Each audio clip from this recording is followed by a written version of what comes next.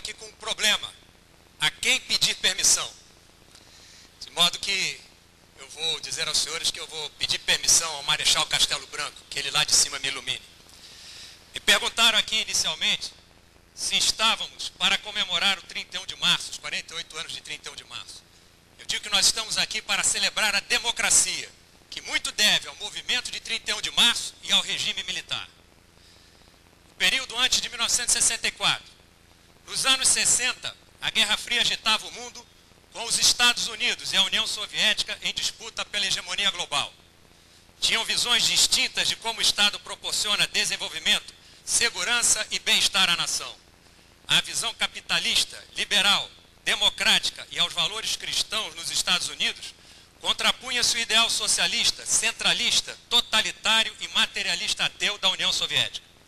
Embora os valores brasileiros identifiquem-se mais com a visão norte-americana, nenhuma serve ao país em sua forma pura, pois nossas peculiaridades impõem o modelo entre o liberal e a democracia social. Por outro lado, acima das crenças ideológicas, havia o interesse pela hegemonia global entre aqueles países. Eram dois impérios em luta pelo poder mundial e a adesão do Brasil ao bloco socialista era uma prioridade da União Soviética, pois arrastaria toda a América do Sul.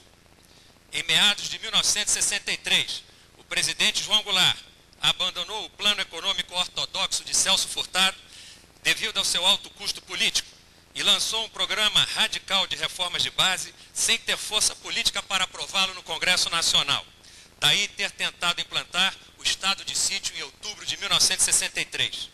Mas não foi este programa radical que determinou a queda de Jango, e sim a tentativa de impô-lo na lei ou na marra, como era o slogan da campanha das reformas de base. Além disso, foi fatal também a sua aliança com o então ilegal Partido Comunista Brasileiro, o PCB, que empregava a subversão político-social e a infiltração nas instituições como estratégias prioritárias para a tomada do poder. Luiz Carlos Prestes, líder do PCB, chegou a declarar: já temos o governo, nos falta o poder. Mas a luta armada também estava em preparação. Militantes comunistas faziam curso de guerrilha rural na China. Havia 218 ligas camponesas armadas no Nordeste, sob orientação cubana. E Brizola mobilizava os grupos dos 11, cujos estatutos preconizavam, abro aspas, em centros urbanos a tática será a da guerra suja, com a utilização de escudos civis, principalmente mulheres e crianças. Isso está na internet. E é da CBN.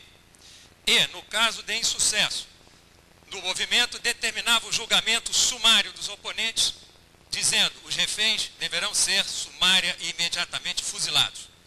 A subversão nas Forças Armadas teve 3 momentos visíveis.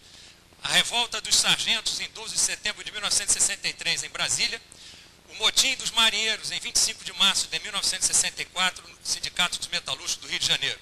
Em ambos, o presidente libertou os presos sem punição nem julgamento, passando por cima dos ministros militares. E o terceiro foi o jantar em apoio ao presidente oferecido pelos sargentos no Automóvel Clube do Rio de Janeiro em 30 de março, onde, além de discursos de graduados, Jango ameaçou os oficiais que se pronunciavam contra a indisciplina nos quartéis. Para a nação, era o próprio presidente que faltava ao compromisso de defender a Constituição, gerando insegurança, desconfiança e reação numa sociedade conservadora e predominantemente católica.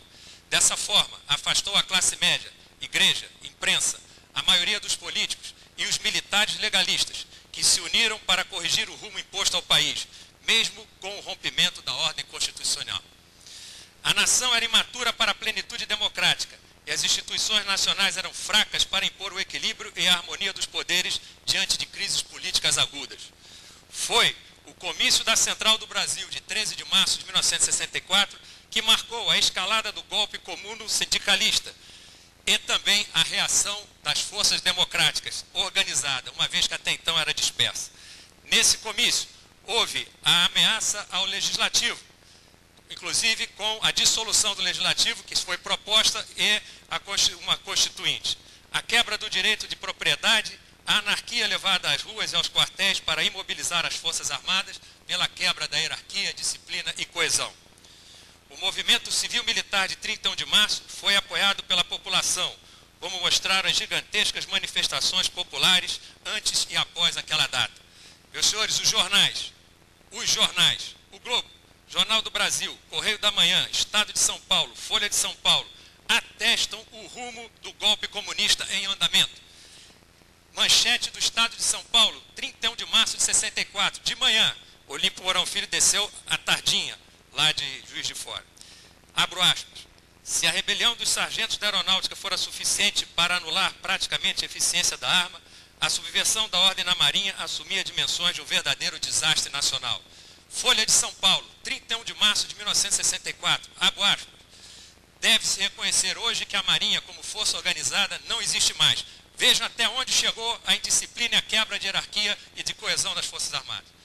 O Globo, 31 de março de 1964.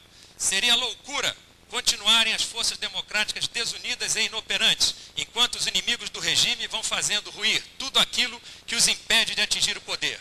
A democracia não deve ser um regime suicida que dê aos seus adversários o direito de trucidá-la. Imprensa, assuma seu papel no 31 de março.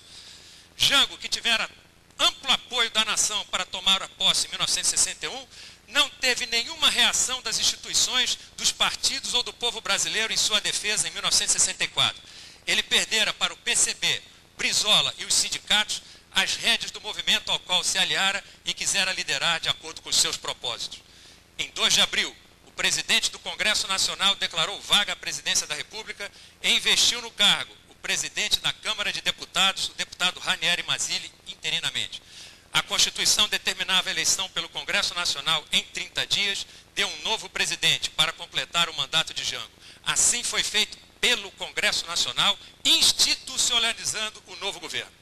O regime militar, período 64-85. O regime militar era de exceção, como os próprios presidentes militares reconheciam, e todos eles defendiam a redemocratização. Autoritário, sim, ao limitar as liberdades individuais, a liberdade política e de imprensa, mas não totalitário, que elimina a liberdade e a oposição, cala a imprensa e impõe o pensamento único. Havia partido de oposição, o MDB, com espaço na mídia e disputando eleições livres. A bandeira do MDB era democracia já, enquanto a do partido de apoio do governo e do governo era redemocratização gradual e segura.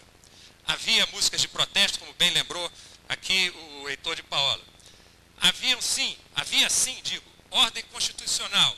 Eu vou repetir aqui as palavras de Ives Gandra Martins, conceituado jurista brasileiro, no JB, de 25 de março de 2004. Como todos os movimentos políticos, a revolução tem aspectos negativos. O principal dele é a quebra do regime democrático.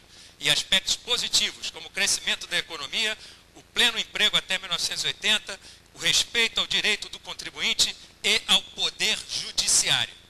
Tais liberdades, meus senhores, são impensáveis em regimes totalitários como o cubano, o chinês e o soviético, matrizes orientadoras da esquerda revolucionária armada. Os grupos da luta armada no Brasil não tiveram o reconhecimento de nenhuma democracia e de nenhum organismo internacional de que lutassem por democracia e liberdade ou representasse parte do povo brasileiro. Então não é verdade quando dizem, não, a resistência armada era legítima porque era contra uma ditadura. Então por que não teve o reconhecimento de nenhuma democracia, de nenhum organismo internacional e só teve o apoio de ditaduras totalitárias? Portanto, é hipocrisia a condenação dos governos militares por setores que professavam e ainda professam a ideologia de estados totalitários, responsáveis pelos maiores crimes contra a humanidade no século passado, como foram a União Soviética, China e seguidos de Cuba. Se tivessem conquistado o poder aqui no Brasil, teriam se tornado Estado e cometeriam as mesmas atrocidades de suas matrizes. A redemocratização veio a partir de 1978, não por obra da esquerda revolucionária, então totalmente desmantelada. Portanto, é um engano considerá-la vitoriosa, porque antigos militantes ocupam hoje posições importantes na sociedade. Eles não chegaram ali ao poder pela força das armas e ao arrepio da lei, e sim como cidadãos com plenos direitos assegurados desde a anistia de 1979. Abandonaram a luta armada, derrotados, e se submeteram às normas democráticas, reintegrando-se à sociedade na forma da lei, em pleno regime militar e como exigiam a nação e o Estado. O Brasil tornou-se uma democracia, aspiração da sociedade, da oposição legal e dos governos militares, e não um país comunista, escravizado por um partido único, objetivo não alcançado pela esquerda revolucionária. O Exército não mudou, evoluiu com o país, sem perder seus princípios e valores. Foram 16 crises político-militares de 1922 a 1964, envolvendo militares com partidos políticos e com o Exército dividido. Após 1964 e com a derrota da luta armada em 1978, veio a redemocratização. Meus senhores, me apontem uma crise político-militar no país desde então. Portanto, foi o regime militar que separou as Forças Armadas da política, reforçando as instituições e os poderes da União. Foi um dos seus grandes feitos e é uma das causas da estabilidade de nossa democracia.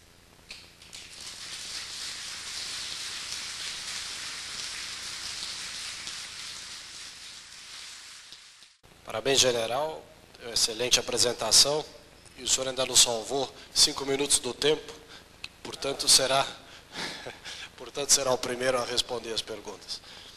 Recebemos aqui 2 questões. A primeira, muito interessante, que foi uma das que estava aqui na minha cabeça, e eu vou passar ao general para respondê-la, porque ainda tem tempo da sua apresentação. O que teria acontecido no Brasil? Isso é um exercício de futurologia, é claro, há muita suposição nisso, mas é interessante ouvir essa análise. O que teria acontecido no Brasil se, ao invés do regime, da Revolução de 64, Jango tivesse tido êxito nas suas medidas e o país tivesse continuado naquele rumo, general? Eu tenho a impressão que nós partiríamos para uma guerra civil revolucionária.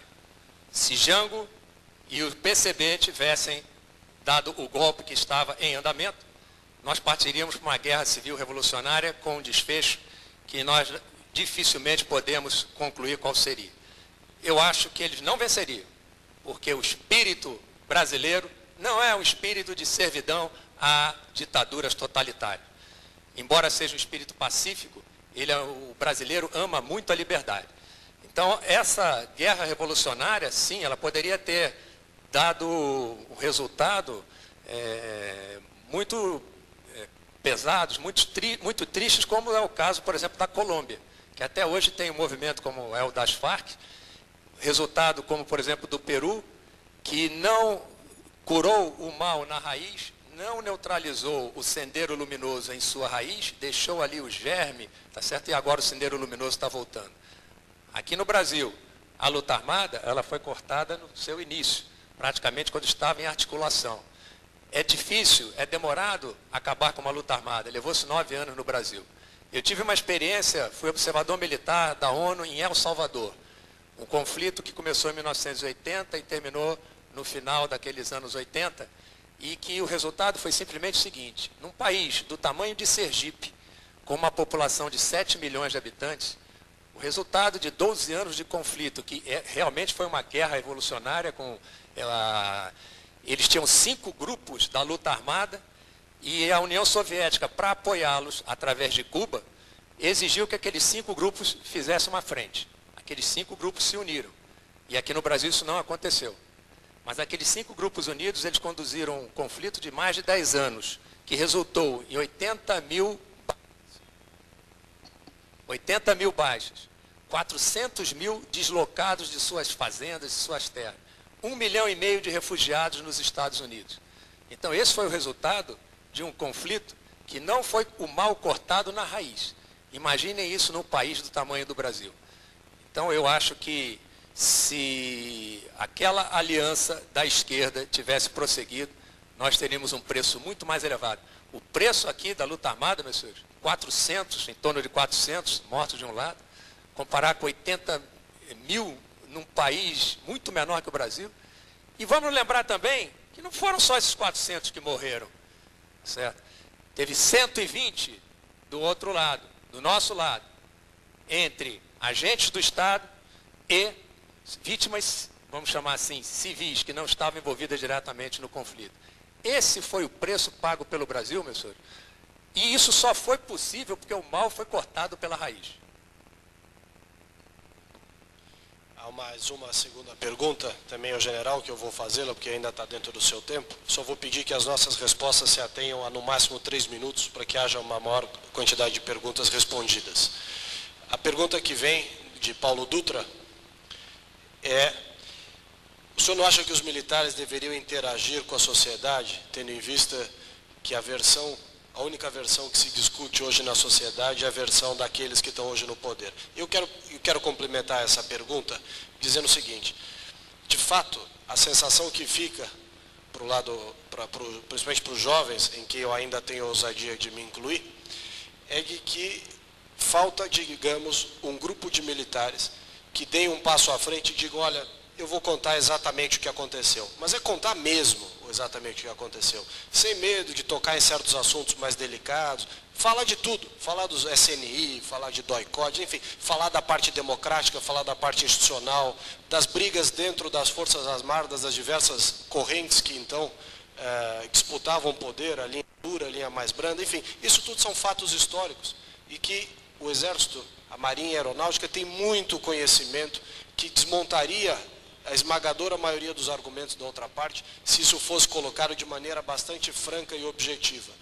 Tenho para mim, de quem não participou e conhece essa história de ouvir e ler, que falta realmente a versão do lado de cá do balcão. A versão do lado de lá está sendo contada, está sendo interpretada e, de certa forma, difundida à exaustão e sem nenhuma resposta do lado de cá que se coloque frontalmente contrário, ou pelo menos complementarmente, àquelas teses que estão sendo suscitadas. Seria importante que o país, em todas as instâncias da sociedade e do mundo político, entendesse então que o militar da reserva ele pode se manifestar sobre assuntos políticos, mas parece que isso não está bem entendido ainda. Então essa é a primeira maneira de se abrir o espaço para os militares. É entender que o militar da reserva pode se manifestar sobre assunto político, como diz a lei, livremente e apenas subordinado às leis civis. É assim que se faz, é assim que está na lei. Se em todas as instâncias isso for percebido, e também se na mídia e em outras, no meio acadêmico, esses espaços forem abertos, então esses assuntos serão tratados. Durante muito tempo o militar não se manifestou, porque realmente ele não podia, nem o militar da reserva poderia falar até 1986, quando veio a lei 7.524, de dezembro de 86. Outra coisa, como eu acabei de falar, é a mídia e outras instâncias da sociedade abrir espaços para nós. Eu dou aqui um exemplo que acontece comigo. Eu passei para a reserva em 2007, em 2008 eu comecei a escrever artigos para jornais. Eu tenho 25 artigos publicados, 13 num jornal, 8 no outro e alguns em outros jornais. E desses, metade fala de estratégia, que é a área que eu estudo, estratégia, defesa nacional, etc. E metade falava sobre regime militar, Comissão da Verdade, Lei de Anistia, Programa Nacional de Direitos Humanos 3. Isso até janeiro de 2011, eles saíam normalmente quando eu mandava para os jornais. A partir de janeiro de 2011, todos os que eu mandei foram recusados. Por quê? Não é pela minha pessoa, certamente é porque não está interessando alguém que o militar se manifeste. Vitor. Eu vou só dar mais 3 minutos, um pequeno pitaco nisso. O que acontece é que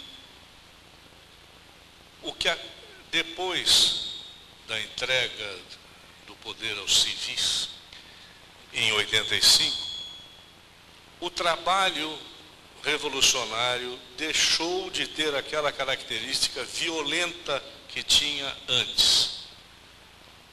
Pode falar em Gramsci ou o que quiser, mas não vem ao caso falar em teoria. O que acontece é que durante o próprio regime militar, o que aconteceu? Esta é uma falha e uma crítica que eu faço aos militares. Não tomaram conta da parte cultural da nossa sociedade, principalmente da imprensa. Então, o que aconteceu? A imprensa foi permanentemente infiltrada subterraneamente, subliminarmente e foram eliminando não apenas os articulistas, mas até mesmo os redatores e os próprios proprietários de meios de comunicação. Então, não é fácil furar esse bloqueio. E isso não está acontecendo somente no Brasil. Isso está acontecendo em vários países, inclusive nos próprios Estados Unidos, que a mídia mais importante é totalmente controlada. Eu até mostrei aqui para isso aqui é uma revista americana que diz o seguinte, a manchete: no poder de hoje, os radicais de 60. Alunos dos grupos de 60 radicais estão agora ensinando nossas crianças, influenciando a legislação e tentando... Bom, a última parte não interessa. Então, o que ocorre é que esse grupo de 60 se infiltrou de tal maneira na imprensa e na educação, principalmente, que hoje em dia um militar vai dizer alguma coisa, esse milico era torturador, eu não quero ouvir. É muito difícil furar esse bloqueio. Não é apenas um bloqueio de não aceitar artigos, porque poderiam, se existisse o que existia antigamente, competição entre os jornais, um outro poderia pegar. Mas acontece que não existe mais competição. Obrigado, Heitor. Eu vou condensar 3 perguntas que nos foram enviadas pelo senhor Alfredo Vieira Castinheiras, Orlando Moraes Neto e Coronel Frazão, e vou transmiti-las ao Aristóteles Drummond. As perguntas versam sobre o seguinte ponto: se os militares não deveriam, se já não estaria na hora de formar uma ação, de tomar uma medida mais coordenada, utilizando dos mecanismos democráticos através da disputa política, notadamente a formação de um partido que representasse ou que aglutinasse os militares. E também, que outras medidas, para além dessa, poderiam os militares fazer dentro do regime democrático para influenciar essa socialização que o governo atual vem impondo à sociedade? Aristóteles. Bom, em primeiro lugar, é claro que não deve-se criar um partido de militares, porque isso é uma coisa que está fora, digamos, da realidade do tempo. Se nós tivéssemos nos anos 30, nós tivemos até na Constituinte de 34, até a Constituinte, os deputados corporativos. E aí poderia se incluir os militares. Na época não houve, porque havia várias restrições à presença dos militares na política. A melhor Constituição do Brasil, no meu entender, a mais democrática politicamente, foi a Constituição de 46. E a Revolução de 64, curiosamente, caçou os militares. Porque em 64 nós tínhamos o deputado general, então coronel, Costa Cavalcante, pelo Pernambuco. Nós tínhamos o general Juracy Magalhães, pela Bahia. Nós tínhamos aqui no Rio de Janeiro, General Menezes Cortes, vários. O Rio de Janeiro, o Distrito Federal, a capital, a nossa cidade, nos anos 50, chegamos a ter 3 senadores militares. O general Caiado de Castro, que eu, aliás, acho que o Clube Militar deveria oficiar a prefeitura, porque a rua que tem o nome dele é do Tribunal de Justiça. Está lá, Rua General Caiado de Castro. Não, Rua Senador General Caiado de Castro. Ele foi chefe da Casa Militar do Getúlio. O Gilberto Marinho, que foi presidente do Senado, foi diretor da Caixa Econômica e foi um notável parlamentar, 2 mandatos pelo Rio de Janeiro. O general Napoleão de Alencastro Guimarães, até do PTB, foi deputado. O pai do Fernando Henrique Cardoso, que era muito à esquerda, se não comunista, mas foi deputado pelo PTB de São Paulo. Então, Então havia essa participação dos militares, cada um no seu partido, né? Então eu sou a favor é que os militares se organizem congregados no clube militar e nos demais clubes, no sentido de opinarem sobre o momento nacional, mas principalmente o que eu acho que seria um dever de casa para cada um dos senhores, que tem netos, que tem filhos, que tem sobrinhos, e estes têm amigos. Vamos fazer, e eu sou voluntário para atender aos convites dos senhores, vamos fazer reuniões com a juventude, vamos chamar oficiais modernos, vamos chamar cadetes. Eu há 2 anos tive a honra de ter ido falar em Agulhas Negras e o general me permitiu, ao invés dos 50 minutos, me deu 1h30. Vamos levar aquilo que estava passando aqui nestes painéis, a verdade de 64, a verdade dos chefes militares e a verdade do testemunho das viúvas e filhos dos presidentes e ministros da Revolução, todos aí pobres. Ninguém ficou rico. Então, eu acho que nós precisamos contar a verdade, mas temos que sair do comodismo, sim. Vamos organizar reuniões para defender aquilo que foi sagrado na vida de cada um de nós, foi a participação na Revolução. Nós não queremos fazer outra revolução, nós queremos ficar vigilantes para que não façam eles agora a que não deixamos eles fazerem em 64.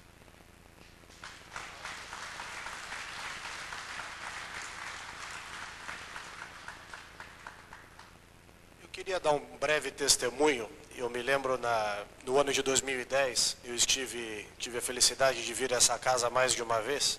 À época, presidente do clube era o general Figueiredo, que está aqui à minha frente, e que me deu um exemplo, na época, de relacionamento de um militar, general de exército, com os então candidatos à presidência da República, e o general, na época, teve um posicionamento muito equilibrado, muito realista, acima de tudo, a respeito do processo democrático e das eleições que se avizinhavam. Naquela mesma altura, havia uma proposta de um candidato à presidência da República, ou dizia que ia ser candidato à presidência da República, representando os militares e os valores de 64, etc. E eu me lembro muito bem de ter dito, aqui na sala que nós estávamos naquela altura, aos meus amigos, que alguns estão aqui presentes, eu disse, eu duvido que esse senhor seja sequer candidato, porque lhe falta qualquer conhecimento de como o sistema político-democrático ocorre hoje em dia. E alguns disseram, imagina, olha, faço apostas de que esse senhor sequer candidato será. Aos 45 do segundo tempo, o partido dele vai grifar essa palavra, vender o tempo de televisão para algum candidato e vai acabar com a candidatura natimorta desse senhor. Dito e feito. Chegou na época das convenções partidárias, esse partido entrou para a base que apoiava a coligação da Dilma. Obviamente o seu dono, me refiro ao dono do partido, deve ter embolsado um bom dinheiro, e esse senhor que deu entrevista nos jornais, em revistas, etc., ficou, inclusive, não é nem que ele não teve votos, ele não teve nem a candidatura. Então, eu gostaria de lembrar que é muito importante, a essa altura do campeonato, nós estamos em 2012, ter uma visão sobre essa questão do processo político muito realista e saber que o que aconteceu em 64 já está na hora. E nós, jovens, de novo, queremos ouvir dos senhores que participaram, conheceram, testemunharam tudo aquilo que aconteceu, qual é efetivamente a sua versão dos fatos, mas a sua versão dos fatos de verdade, e não só sobre alguns fatos. Eu, nessa oportunidade em 2010, conversava aqui no Clube Militar com um coronel que tem sido alvo de uma série de acusações, etc. E perguntei, por que o senhor não vai à televisão e diga com todas as letras o que de fato aconteceu? Mas diga de fato o que aconteceu, diga. olha, isso aconteceu, isso não aconteceu, isso foi por causa daquilo, isso aconteceu mesmo porque não tinha alternativa, isso aconteceu, mas poderia, enfim. Nós não temos mais por que tergiversar, não tem por que negar e não tem por que deixar de dizer o que tem que ser dito. Os senhores têm tanta informação para dizer, tanta explicação no sentido de ensinamento para dar para a atual geração, e como só o lado de lá fala, e quando o nosso lado fala, com exceção de algumas corajosos posicionamentos como o do general, quando fala, se limita a negar os fatos. Eu acho que nós precisaríamos ter uma postura mais ativa nesse aspecto, até porque, me permito dizer que a punibilidade penal, a partir de uma certa idade, já não existe mais. Nós não vamos ver generais e coronéis acima de 80 anos sendo presos por crimes de 64, se é que esses crimes ocorreram. Ou seja, pode dizer à vontade, não vai acontecer nada. Só vai dar credibilidade maior para a nossa versão dos fatos, para a nossa visão do que aconteceu. Eu faço um apelo para os meus amigos que estão aqui, não tenham dúvidas que nós estamos sempre do mesmo lado, de que deem um passo à frente e deem a versão dos fatos, sem omitir. Ah, mas esse é melhor colocar os fatos e defender o porquê que esses fatos foram tomados, porquê que essas medidas foram tomadas, do que simplesmente silenciar ou negar coisas que nós sabemos que algumas aconteceram, outras aconteceram de maneira diferente.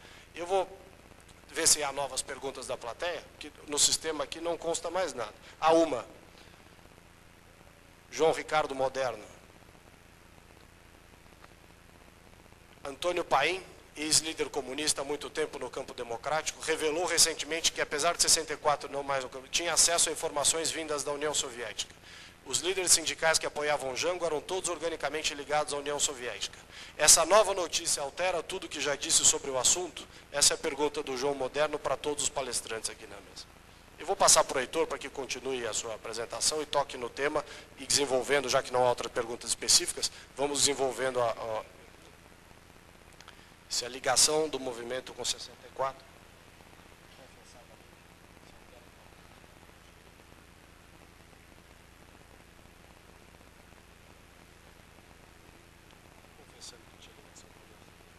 Bom, não é o primeiro a dizer isso. Moderno? Não é o primeiro a dizer isso, Antônio Paim. Vários outros já disseram. E principalmente, como eu citei aqui, até o Gabeira, que tem expressão nacional, já disse o que se pretendia. O Gabeira tem uma expressão nacional, até foi candidato a vários cargos, etc. E eu não creio que isso modificaria muito. Não creio. Sei lá, contribuiria, mas eu quero saber, não é o que se fala, é os ouvidos que ouvem. Será que vão ouvir? Porque cada vez, por exemplo, eu já tive experiências em diversos lugares, falando.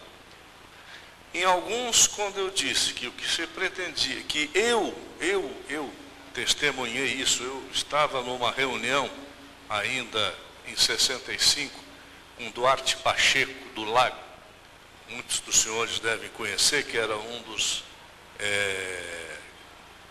membros do Comando Nacional da P, inclusive comandado na época, como Aristóteles falou, pelo que querem botar o nome na ponte, o Betim. Era ele, e o Duarte do Lago nos mostrou claramente, olha, esse AP tinha um documento base para os idiotas, como eu. Depois que estava lá dentro, a gente via o outro. O outro era o quê? Era escrito a China. Eu tenho a experiência de ter dito isso e me disserem, não, você está exagerando, não é bem assim. Não, a P era apenas um braço da JUC e tal, pronto. Quer dizer, eu não sei se adianta muito, eu gostaria de saber mais do que o que se diz às pessoas que ouvem e o público que estaria aberto a ouvir o que nós dizemos.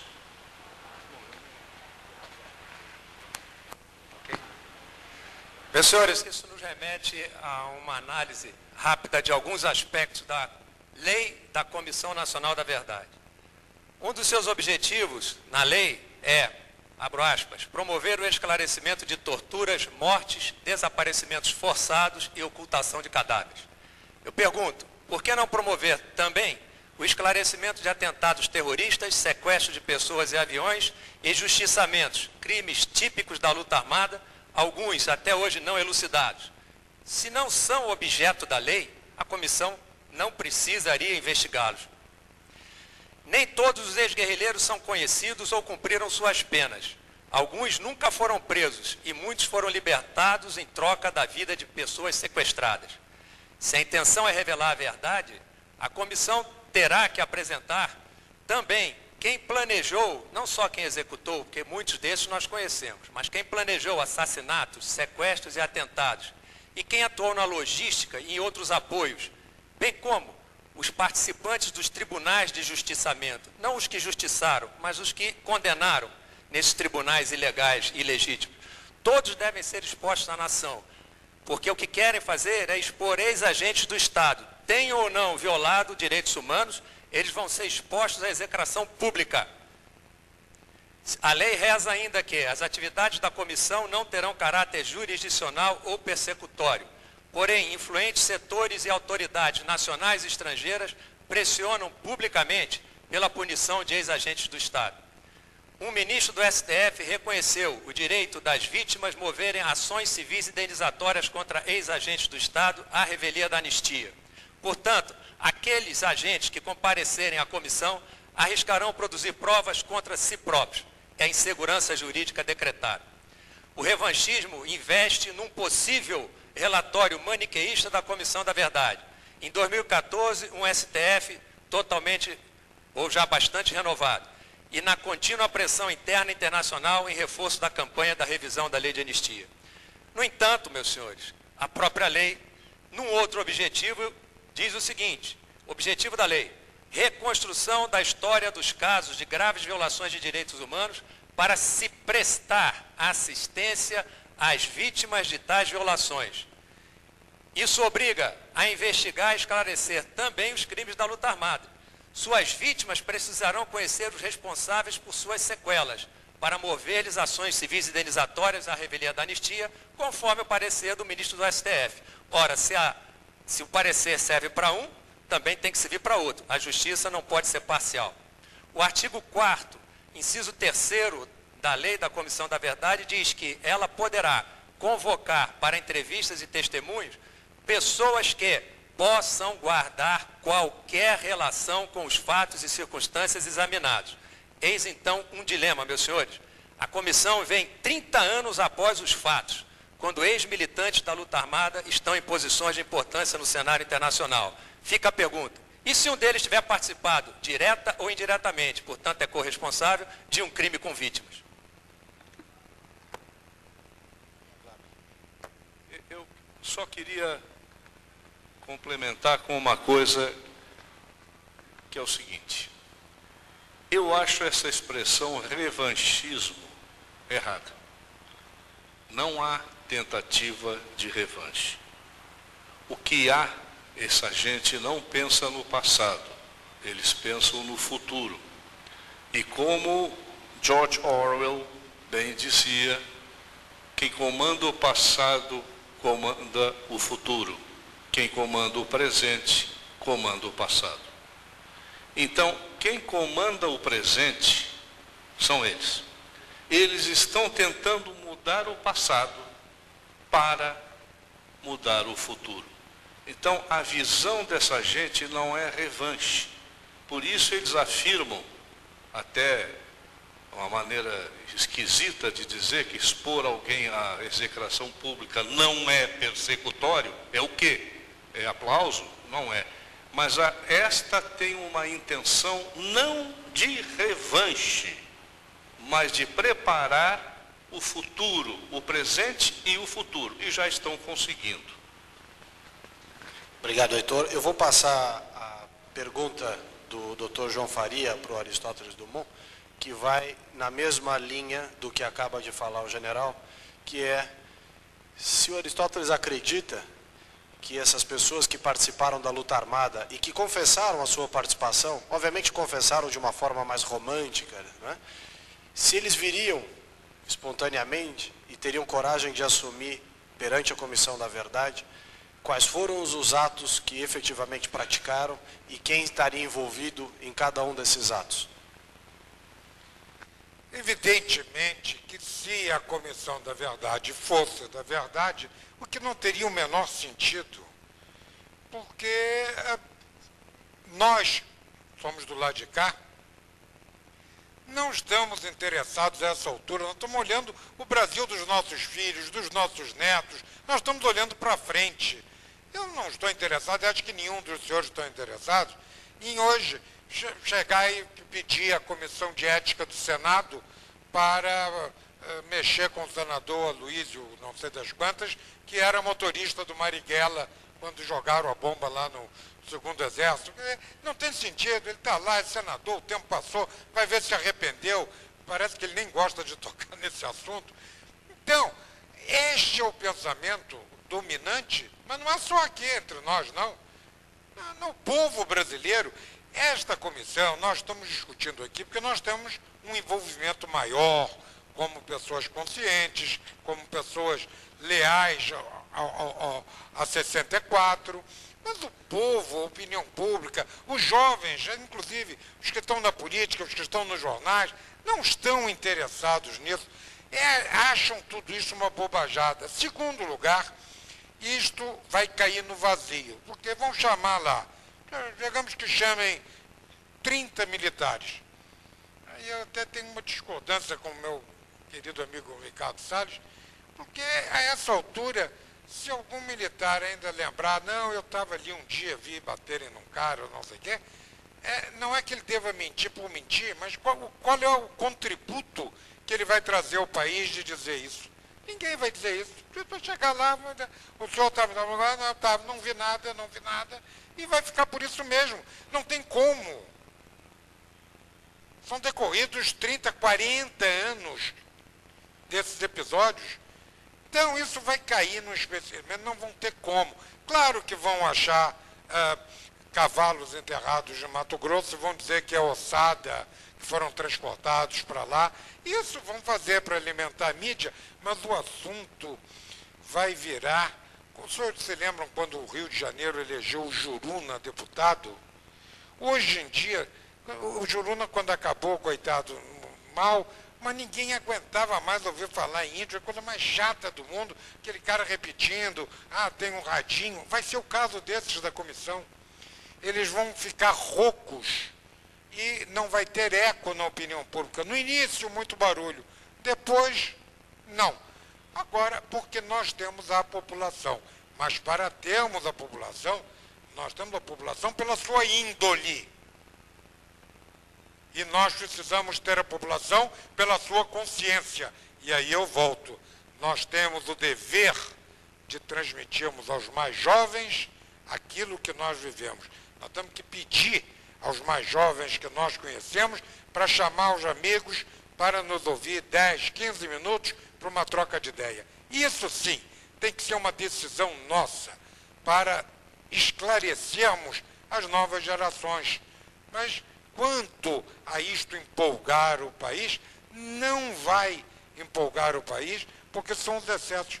Como os senhores acham que a opinião pública amanhã vai estar vibrando com esta cafajestada, essa falta de educação aqui na porta? Claro que não. Ninguém é pela intolerância.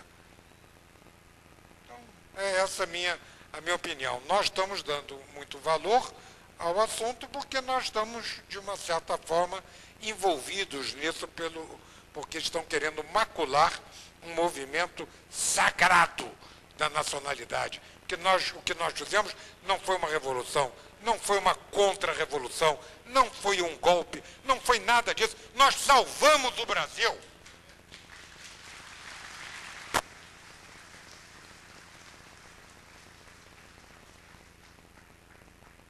Está aí já um dos porta-vozes, na minha opinião, para ir falar na mídia, em todos os canais, sobre a Revolução de 64, sobre o ponto de vista dos militares. Aristóteles fala com muita categoria e muita propriedade, e, na minha opinião, como o general e o Heitor também, acho que nessas situações é muito importante alguém ir lá e se colocar à frente para expor as suas ideias. Veio uma pergunta muito interessante aqui do general Pradal, que o Aristóteles quer falar, que é interessantíssimo, como romper o muro de Berlim da mídia, via patrocinadores ou alguma outra forma, melhor solução no cenário atual de curto prazo. Antes só de passar a passagem, eu queria dar só uma sugestão, um palpite nessa resposta, e provavelmente esse palpite é um pouco diferente do meu amigo Aristóteles, mas, de novo, a minha opinião é que, escolhidos alguns bons interlocutores, pessoas que conhecem os fatos, sabem defender as suas posições e têm coragem de fazê-lo, promover eventos, promover debates, suscitar discussões efetivas com as pessoas que representam o outro lado. Painéis como esse que nós estamos fazendo agora, tenho certeza que trariam muita contribuição se nessa mesa tivesse sentado algum desses líderes que hoje compõem a perseguição da Comissão da Verdade. E essas pessoas que estão lá instigando o governo a perseguir, a tomar...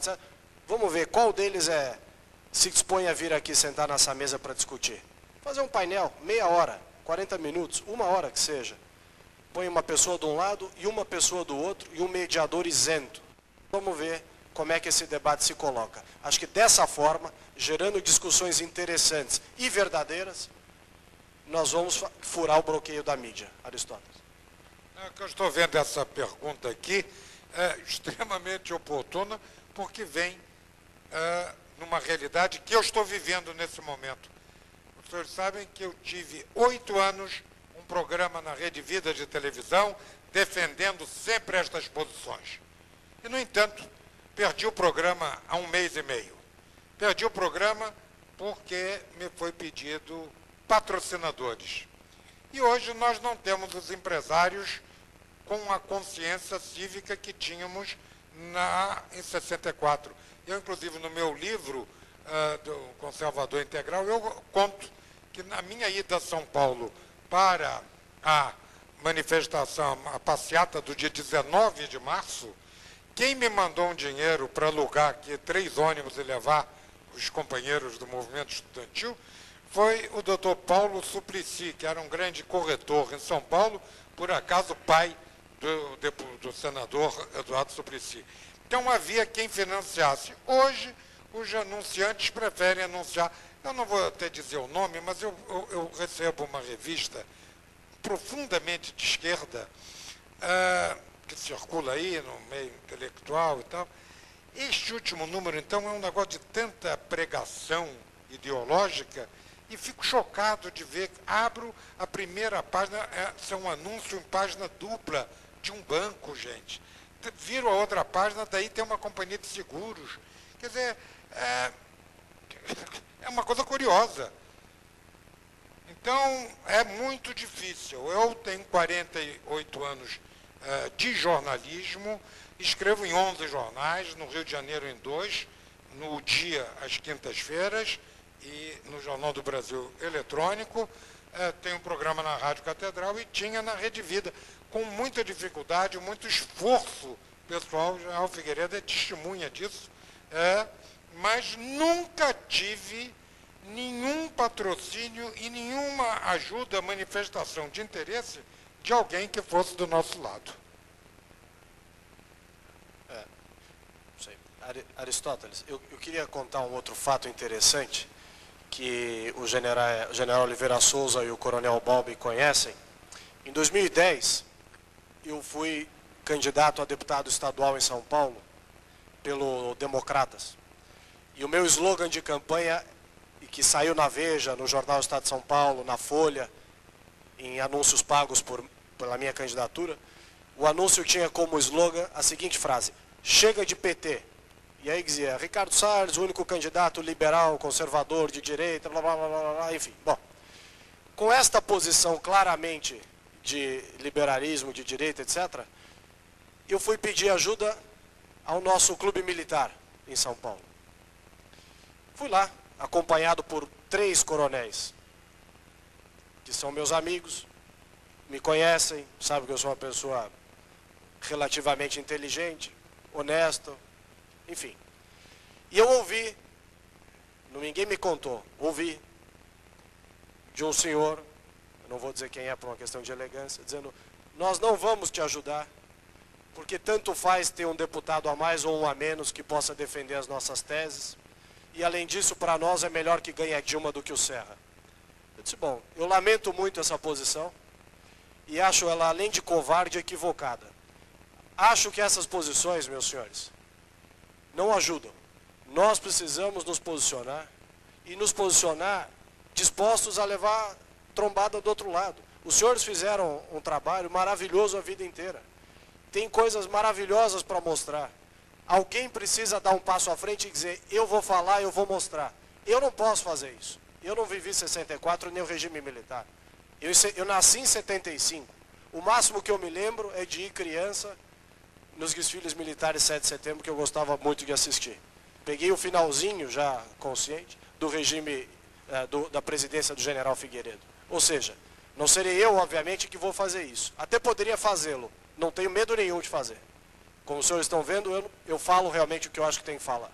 Agora, é um dos senhores militares da reserva e que vivenciou o período que poderia ir à frente e defender essa tese. Eu tenho certeza que a sociedade vai aplaudir isso, Aristóteles. Nesse aspecto, eu tenho uma visão um pouco diferente da sua. Eu acho que a sociedade está ávida por discutir a história do Brasil nesse período de 64 até 85. Há uma parcela da sociedade, notadamente da classe média, que quer ver essas discussões acontecerem. Mas quer ver essas discussões acontecerem a fundo, discutindo as coisas que efetivamente aconteceram, as posições que foram adotadas e as razões pelas quais essas posições foram adotadas. Eu gostaria muito de poder apoiar, através do nosso Movimento Endireita Brasil, esse tipo de iniciativa. Se alguns dos senhores quiser ir fazer esse debate em São Paulo, nós do Movimento Endireita Brasil estamos à disposição para fomentar isso, para arranjar um espaço, para conseguir patrocínio, enfim, para atrair a mídia, para que esse debate aconteça. Só que esse debate, na nossa opinião, tem que acontecer com representante dos dois lados na mesma mesa, em condições de igualdade. Eu me disponho a moderar. Convido a qualquer um dos senhores militares que quiser ir, falar em nome dos representantes do regime, e eu me encarrego de achar um comuna qualquer para ir falar contra o regime. Mas nós vamos fazer um debate de partes iguais. Aí nós vamos ver como a mídia cobre realmente esse tipo de coisa. Eu acho que nós não temos mais perguntas aqui no painel. Se quiserem fazer, Aristóteles, não sei se quer fazer, general, se quiser fazer mais alguma consideração, senão nós vamos encerrar por aqui, agradecendo a presença de todos os senhores e dos palestrantes, e uma boa tarde. Alguma coisa acontecendo lá fora, todo mundo olhando na janela. Muito obrigado a todos e uma boa tarde.